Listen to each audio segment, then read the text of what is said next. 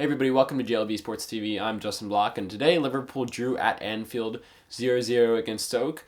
It was another draw at Anfield, unfortunately, and we all expected a win out of this one, especially since Stoke have never defeated Liverpool at Anfield. Today, again, this was a draw, but still you expected them to get maximum points. Before I get into the rest of the video, I just want to address what's behind me. Currently in my house, we have a couple grandparents living downstairs in the room where this computer used to be, so we had to bring this computer up to a spare room with the wonderful yellow background and custom clown wallpaper that I looked at as a youth. I don't live in this room, by the way. This is not a room that I live in. I'm not a clown. So when I woke up this morning at 9:45, 15 minutes before kickoff, I went on Twitter to look for the lineup card, and when I saw it, somebody tweeted a graphic with the lineup and said, "This is today's lineup." I thought the lineup was actually a joke because I looked at it and I was like, why are there 3 center backs and 5 defenders, and why is Dirk Kuyt playing striker? And I thought somebody was just making, a little joke or a little jab at Dalglish, because last game against Manchester City, Dalglish threw just basically emptied out his bench with the defenders.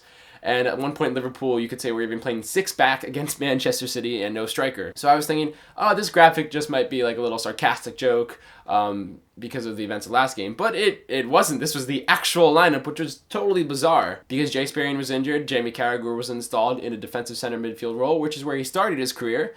But you're still thinking, well, why isn't Andy Carroll playing? Bellamy, Bellamy, he's not playing because he's his chronic knee problems, he needs a rest, but Carroll? Why isn't Carroll playing? Why is Dirk Kuyt at striker? And as expected, Dirk Kuyt didn't really play as a striker or really have a great game at striker. Dirk Kuyt was kind of set up for failure in this game. We all expected him to play as a striker, but honestly, he hasn't played as a true striker, and he can't be really counted on as a true attacker. I've been watching Liverpool for like 4 years now, and in all of my time watching, Dirk Kuyt has never hit me as an attacking player. He's hit me as a player that finishes opportunities and gets in good positions, but he's not one that you're going to have up there leading the line. I mean, he resorts back to midfield so often. Many times in this game, he would end up on the left side of midfield, and you would see, of all people, Charlie Adam all of a sudden leading the line. So Liverpool played striker by committee today. It didn't work, and Dirk Kuyt was essentially set up for failure. I know lots of people, especially on Twitter after the game, were ragging on him, saying his first touch is awful, we got to get rid of him. Well, yeah, his first touch is bad because he's not really an attacking player anymore. He doesn't have the touch you expect of a striker. He is a right-sided midfielder now. That's what he is. That's what you should treat him as, and that's what Dalglish should have treated him as and not set him up to fail today. And because Liverpool were essentially playing with 5 defenders and 5 midfielders, there was no striker. There's nobody in the box trying to get on at the end of some runs.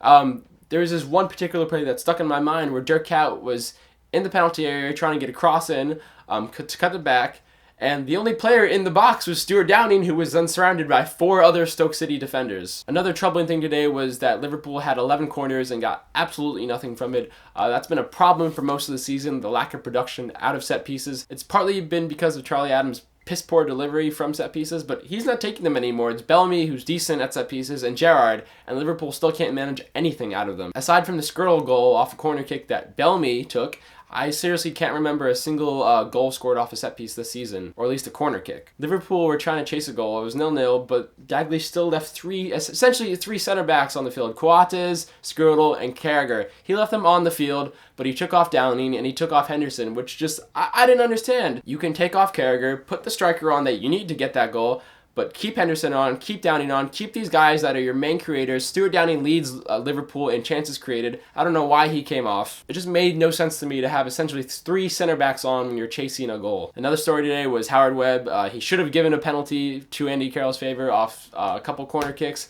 Andy Carroll was basically being, suplexed. He had headlocked. He was being tackled in the box. Howard Webb gave nothing on it, mainly because it's Howard Webb, so who really expected him to award a penalty against Liverpool, right? But save the Oldham thrashing. I feel like the side has kind of reverted from a side that's created a lot of chances but finished none to a side that really just hasn't created many chances as of late. They haven't scored a goal from open play in a couple of games now, so it's a little disconcerting. Liverpool held 69% possession, but were only able to get 1 shot before halftime and 1 shot on target the whole game.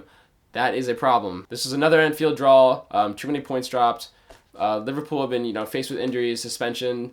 Today was a perfect kind of game. Liverpool wanted to go out and break Stoke down through the middle through intricate passing. Luis Suarez was dearly needed out there halfway through his suspension. I can see the light now. Hopefully I will be seeing another striker walking through the door in the January transfer window. That's all for today of JLB Sports TV. I am Justin Block, and I am not a clown.